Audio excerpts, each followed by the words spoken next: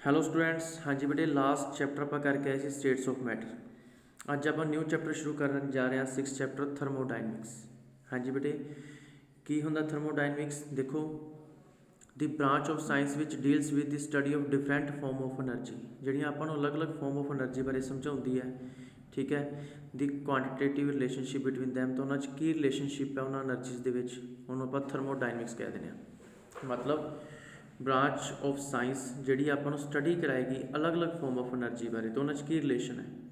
ठीक है बेटे, उन्होंने आप की कह दें थर्मोडाइनमिक्स। ये कुछ कंसैप्ट आ जाते हैं अपने को। एक सब तो पहला आता सिस्टम तो सराउंडिंग। आपको पता होना चाहिए सिस्टम की होंगे तो सराउंडिंग की होंगे। हाँ जी बेटे, the part of universe chosen for thermodynamics. ठीक है, जिमें कि study of the effect of temperature, pressure etcetera. मतलब इन्हों की जी स्टडी होएगी उन्होंने आप सिस्टम कह देंगे। उन्होंने आप की कह देंगे सिस्टम। तो इन्हों छड्ड के जोड़ा बाकी पार्ट बचेगा यूनीवर्स का, वो की होंदा है surrounding. The remaining portion of universe excluding system. System को कढ़ के बाकी जो पार्ट बचेगा उन्होंने की कह देंगे सराउंडिंग। मतलब सिस्टम प्लस सराउंडिंग दोनों मिला के की बनता है यूनीवर्स। दोनों मिला के की बनता है यूनीवर्स। ये आपको पता होना चाहिए, बार बार सिस्टम तो सराउंडिंग ही चलेगा अगे। सिस्टम की होंदा तो सराउंडिंग की होंदा है। ठीक है बेटे, फिर आ जाता अपने को टाइप्स ऑफ सिस्टम। तीन तरह का सिस्टम है, ओपन, क्लोज तो आइसोलेटेड। हाँ जी, ओपन सिस्टम किहड़ा होएगा? ओपन सिस्टम वो सिस्टम होंदा है जिंदे विच सिस्टम ते सराउंडिंग दे विच मैटर ते एनर्जी दोनों का एक्सचेंज हो जाए।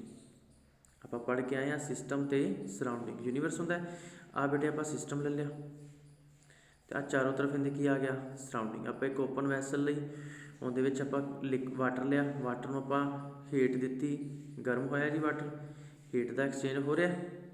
ਸਰਾਊਂਡਿੰਗ ਤੋਂ ਕਿੱਥੇ ਨੂੰ ਜਾ ਰਹੀ ਹੈ? ਸਿਸਟਮ ਦੀ ਤਰਫ ਜਾ ਰਹੀ ਹੈ, ਮਤਲਬ ਐਕਸਚੇਂਜ ਆਫ ਹੀਟ ਹੋ ਰਿਹਾ। ਅਤੇ ਜਿੰਦੀ ਵਜ੍ਹਾ ਨਾਲ, ਹੀਟ ਦੀ ਵਜ੍ਹਾ ਨਾਲ ਆਪਾਂ ਨੂੰ ਪਤਾ ਵਾਟਰ ਵੇਪਰ ਬਣਨਗੇ। ਵਾਟਰ ਵੇਪਰ ਉੱਡ ਕੇ ਕਿੱਥੇ ਚਲੇ ਜਾਣਗੇ? ਸਰਾਊਂਡਿੰਗ 'ਤੇ। ਇਹ ਮੈਟਰ ਹੋ ਗਏ। ਕੀ ਹੋ ਗਿਆ? ਮੈਟਰ। ਮਤਲਬ ਸਿਸਟਮ ਅਤੇ ਸਰਾਊਂਡਿੰਗ ਦੋਨਾਂ ਦੇ ਵਿੱਚ ਹੀਟ ਦਾ तो मैटर का की हो रहा है? एक्सचेंज हो रहा है। इनू आप ओपन सिस्टम कह दें। एनीमल तो प्लांट्स ओपन सिस्टम होंगे। क्लोज सिस्टम की है? क्लोज वैसल लई है, सराउंडिंग है, अंदर सिस्टम है, हीट का पास होएगी। क्लोज के की पास होएगी? कली हीट, मैटर नहीं जाएगा बाहर, क्योंकि अपन पता क्लोज है। वाटर के वाटर वेपर बनने अंदर ही रह जाएंगे, बाहर नहीं जाएंगे। ठीक है, मतलब मैटर एक्सचेंज नहीं होएगा किन्हों के? सिस्टम तो सराउंडिंग के। सिर्फ किंदा एक्सचेंज होएगा? हीट का। ठीक है बेटे, इनू क्लोज सिस्टम कह दें आप। तीसरा बेटे अपने को आ जाता है आइसोलेटेड सिस्टम। देखो, फस्ट ओपन सी जिहदे हीट तो मैटर दोनों का एक्सचेंज हो रहा है किन्हों सिस्टम तो सराउंडिंग दे विच। क्लोज सिस्टम दे विच की होएगा बेटे? सिर्फ कला हीट का एक्सचेंज होएगा। ठीक है, मैटर का एक्सचेंज नहीं होएगा किन्हों? सिस्टम तो सराउंडिंग दे विच। ते आइसोलेटेड सिस्टम की हुंदा है? जिंदे विच बेटे ना ही हीट आर पार हो सके, ना ही मैटर। ठीक है, मतलब ना ही तो हीट पास हो रही है सिस्टम तो सराउंडिंग की तरफ, तो ना ही मैटर। मतलब सिस्टम तो सराउंडिंग के कुछ भी एक्सचेंज नहीं हो रहा, ना ही हीट का ना ही मैटर का। उन्होंने आप कह दें बेटे आइसोलेटेड। जिमें कि अपने को थर्मोस होंगे है, जो उन्होंने आप चाह पा के रख दिए तो गर्म ही रही है। ठीक है बेटे, क्योंकि इतने हीट तो मैटर दोनों का एक्सचेंज नहीं होता। ऐसी अपने को सिस्टम दियाँ कुछ टाइप्स, ओपन, क्लोज तो आइसोलेटेड। नैक्सट आ जाता बेटे state of system and state variable. State of system, system की स्टेट। स्टेट वैरीएबल मतलब उसकी स्टेट के कुछ चेंज आ जाना। The state of system means the condition of system which is describe in terms of certain observable measurable properties such as temperature, pressure, volume. ठीक है बेटे, ये सिस्टम दियाँ कुछ स्टेट ने अपने को। इन्होंने आप इस ऑब्जर्वेबल या मेजरेबल वैल्यूज़ में आप कह दें स्टेट ऑफ सिस्टम। स्टेट वैरीएबल की होंदा है? इन्होंने प्रॉपर्टीज़ दे विच जिहड़ियां प्रॉपर्टीज़ ने स्टेट सिस्टम दियां। ठीक है, इन्होंने कुछ चेंज आ जाए। If any of these properties of the system change, तो सिस्टम आप कह दें स्टेट वैरीएबल। की कह दें आप? स्टेट वैरीएबल। ये छोटी छोटी डेफिनेशनस ने बेटे याद रखनिया ने भी। ओपन सिस्टम की होंदा है, क्लोज की होंदा है, आइसोलेटेड की होंदा है, स्टेट ऑफ सिस्टम की होंदा है, या स्टेट वैरीएबल की होंदा है। फिर होंदा बेटे अपने को स्टेट फंक्शन। स्टेट फंक्शन की है? एक एज ही वैल्यू होंदी है जिहड़ी इनिशियल तो फाइनल स्टेट पर डिपेंड करती है। A physical quantity is said to be state function if its value depend only upon the state of system and does not depend upon the path by which this state has been attained.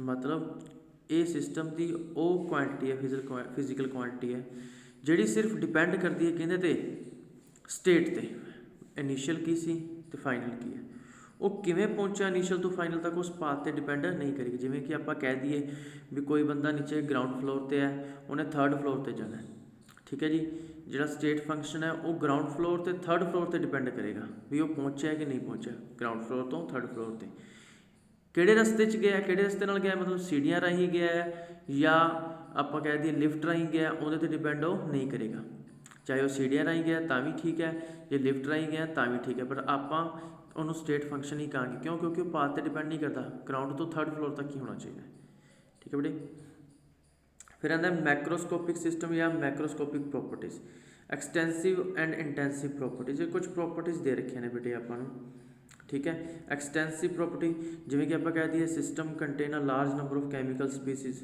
Atoms ions molecule ਇਹਨਾਂ ਨੂੰ ਆਪਾਂ ਮੈਕਰੋਸਕੋਪਿਕ system ਕਹਿ ਦਿੰਦੇ ਹਾਂ ਕੀ ਕਹਿੰਦੇ ਨੇ ਇਹਨਾਂ ਨੂੰ ਆਪਾਂ ਮੈਕਰੋਸਕੋਪਿਕ ਸਿਸਟਮ ਤੇ ਜਿਹੜੀਆਂ ਆਪਣੇ ਕੋਲੇ ਇਹ ਪ੍ਰੋਪਰਟੀਜ਼ ਨੇ ਐਕਸਟੈਂਸਿਵ ਤੇ ਇੰਟੈਂਸਿਵ ਪ੍ਰੋਪਰਟੀ ਇਹ ਦੋ ਤਰ੍ਹਾਂ ਦੀਆਂ ਨੇ ਦੋ ਹੀ ਨੇ ਮਤਲਬ ਐਕਸਟੈਂਸਿਵ ਤੇ ਇੰਟੈਂਸਿਵ ਐਕਸਟੈਂਸਿਵ ਕਿਹੜੀਆਂ ਹੁੰਦੀਆਂ ਨੇ these are those properties which depend upon the quantity ਜਿਹੜੀਆਂ ਕੁਆਂਟੀਟੀ ਤੇ ਡਿਪੈਂਡ ਕਰਨ ਠੀਕ ਹੈ ਕੁਆਂਟੀਟੀ ਆਫ ਮੈਟਰ ਸਿਸਟਮ ਠੀਕ ਹੈ ਕੁਆਂਟੀਟੀ ਆਫ ਸਿਸਟਮ ਇੰਟੈਂਸਿਵ ਕਿਹੜੀਆਂ ਹੁੰਦੀਆਂ ਨੇ ਜਿਹੜੀਆਂ ਨੇਚਰ ਤੇ ਡਿਪੈਂਡ ਕਰਦੀਆਂ ਨੇ ਨੇਚਰ ਆਫ ਦੀ ਸਬਸਟੈਂਸ ਤੇ independent of the amount of the substance ਮਤਲਬ ਕੁਆਂਟੀਟੀ ਤੇ ਡਿਪੈਂਡ ਨਹੀਂ ਕਰਦੀਆਂ ਇਹ ਹੁੰਦੀਆਂ ਨੇ ਕੁਆਂਟੀਟੀ ਤੇ ਡਿਪੈਂਡ ਕਰਦੀਆਂ ਜਿਵੇਂ ਮਾਸ ਵੋਲਿਊਮ ਹੋ ਗਿਆ ਇਹ ਜਿਹੜੀਆਂ ਹੁੰਦੀਆਂ ਨੇ ਇਹ ਕੁਆਂਟੀਟੀ ਤੇ ਨਹੀਂ ਨੇਚਰ ਤੇ ਡਿਪੈਂਡ ਕਰਦੀਆਂ ਨੇ ਕਿ ਉਹਦਾ ਨੇਚਰ ਕੀ ਹੈ ਟੈਂਪਰੇਚਰ ਪ੍ਰੈਸ਼ਰ ਰਿਫਰੈਕਟਿਵ ਇੰਡੈਕਸ ਕੀ ਹੈ ਇਹ ਐਕਸਟੈਂਸਿਵ ਪ੍ਰੋਪਰਟੀ ਹੈ ਇੰਟੈਂਸਿਵ ਪ੍ਰੋਪਰਟੀ नेक्स्ट बेटे आया था thermodynamic equilibrium a system is said to be thermodynamic equilibrium if it's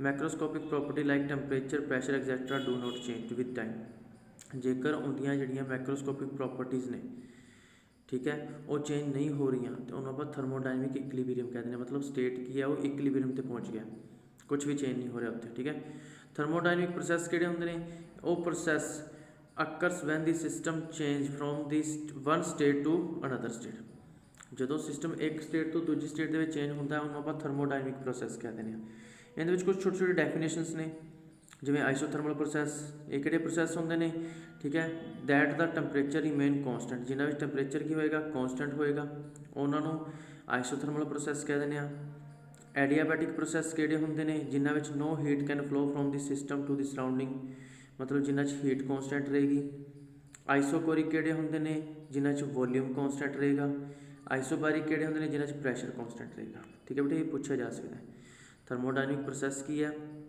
भी चेंज हो रहा है इनिशियल स्टेट तो फाइनल स्टेट दे विच इहदे विच कुछ अपने कोल टाइप्स आ गई ने आइसोथर्मल प्रोसैस चेंज जरूर हो रहा है इनिशियल तो फाइनल दे विच बट उहदा टैंपरेचर की है कॉन्सटेंट एडियाबैटिक किहड़े होणगे जिन्हां दे हीट की रहेगी कॉन्सटेंट आइसोकोरिक किहड़े होणगे जिन्हां दे विच वॉल्यूम की रहेगा कॉन्सटेंट ठीक है आइसोथर्मल टैंपरेचर तो होंदा एडियाबैटिक हीट तो हो गया आइसोकोरिक वॉल्यूम तो हो गया बैरिक प्रैशर तो हो गया बैरिक बार ठीक है बेटे इस प्रैशर कॉन्सटेंट रहेगा नैक्सट फिर बेटे अपने को आ जाता है इंटरनल एनर्जी की energy that stored within a substance के अंदर जी एनर्जी होंगी है उन्होंने आप इंटरनल एनर्जी कह दें डेल्टा यू नाल रिप्रजेंट किया जाता है U1 इनिशियल हो गई भी इनिशियल स्टेट उनकी एनर्जी की सी U2 की मान लिया आप फाइनल स्टेट से दोनों जो आप डिफरेंस करना change in internal energy delta U कह दें डेल्टा U माइनस U1 ठीक है बेटे ये हो गया अपने को जी इंटरनल एनर्जी हो एक तरह स्टेट फंक्शन है मतलब वो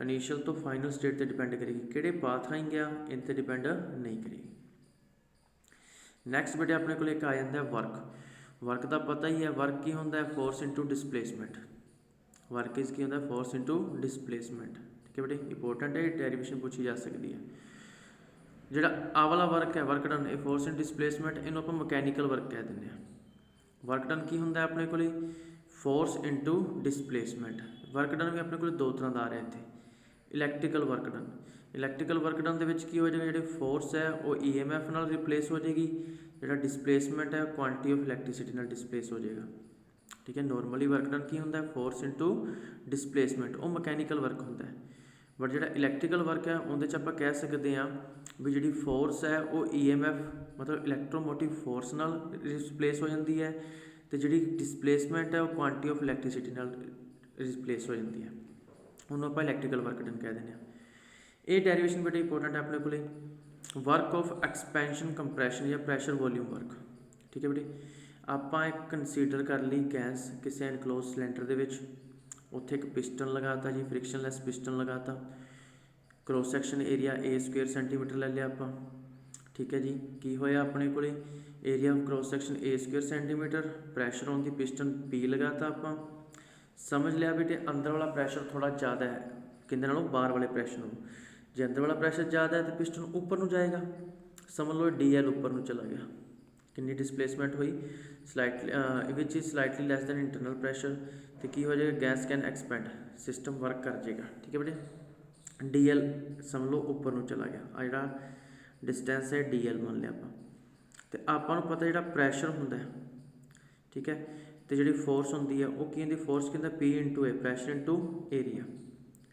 फोर्स पिछे आप पढ़ के आए हैं, फोर्स की होंगी है, फोर्स होंगी वर्क डन होंगे फोर्स इंटू डिस्टेंस से, वर्क डन की होंगे force into distance, work done कि बराबर है F इंटू DL, F की वैल्यू पुट कर देंगे, F की वैल्यू की आई सी अपने P into A into DL। ठीक है बेटे, तो A इंटू DL, A सी A की सी अपने को DL, ये सारा वॉल्यूम हो गया, चेंज इन वॉल्यूम की हो गया अपने को चेंज इन वॉल्यूम, मतलब A इंटू DL की जगह की पढ़ सकते हैं आप DV। वर्क डन की हो गया delta W is equal to P into P का P, A इंटू DL की जगह की आ गया DV, क्योंकि चेंज इन वॉल्यूम आ गया अपने को। आप गैस एक्सपेंड कर लिया, आप कह लिया जी इनिशियल वॉल्यूम V1 सी, फाइनल कितना है V2, तो टोटल वर्क डन कितने बराबर है, इंटीग्रेशन कर देंगे, इधर भी इंटीग्रेशन, इधर डेरिवेटिव और इंटीग्रेशन कैंसिल होकर W आ जाएगा, P कॉन्स्टेंट है बाहर निकल जाएगा, इनिशियल वैल्यू कितनी है V1 तो V2 DV। ठीक है बेटे, P कॉन्स्टेंट बाहर आ गया जी, इनका डेरीवेटिव करेंगे, डी नाल इंटीग्रेशन कैंसिल हो जाएगा, upper limit minus lower limit इतने पुट कर देंगे, V दे विच की करेंगे upper limit minus lower limit V2 minus V1, तो W कितने बराबर आ गया P V2 माइनस V1, मतलब P डेल्टा V के बराबर आ गया। ठीक है जी, ये आ गई अपने को expression W is equal to P into delta V। ठीक है बेटे, ये अपने को वर्क की आ गई।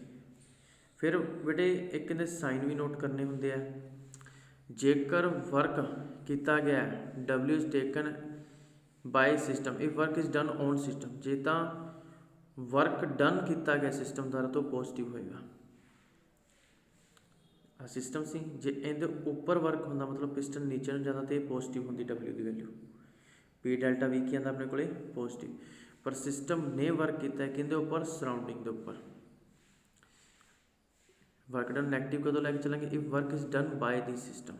ठीक है, उत्थे P की लैके और W की लैके चलेंगे नैगेटिव, ये साइन जरूर ध्यान रखने ने, जे सिस्टम के उपर वर्क होएगा तो पॉजिटिव, जे सिस्टम द्वारा वर्क होएगा तो नैगेटिव। ठीक है, नैक्सट अपने को आता बेटे हीट, हीट भी अपने को एक अनदर फॉर्म मोड है एनर्जी का। ठीक है, between the system and the surrounding as a result of difference of temperature, temperature की वजह हीट होती है, अपने टैंपरेचर का डिफरेंस होएगा ना सिस्टम के सराउंडिंग के उत्थे आप चेंज इन हीट कह सकते हैं, इनू रिप्रजेंट करते हैं क्यू नाल, स्मॉल क्यू नाल। ठीक है बेटे, इनके भी साइन ने, when heat is given by system, जे तो सिस्टम द्वारा हीट दी गई है किनू सराउंडिंग में, तो हीट की होएगी नैगेटिव, जे सिस्टम ने अबजॉर्व की है हीट कितों सराउंडिंग तो की होएगी अपने को पॉजिटिव, तो इनू मेजर किहदे च कीता जांदा कैलरीज दे विच। ठीक है, एक कैलरी 4.84 जूल्स, तो 1 जूल कितने बराबर 0.2390 कैलरीज थे। ठीक है बेटे, ये सी अपने अज के टॉपिक, आई होप अज के टॉपिक तुहानूं वधिया समझ लगे होणगे, थ्योरी पार्ट ही है बेटे ध्यान नाल समझना है। Okay, thank you.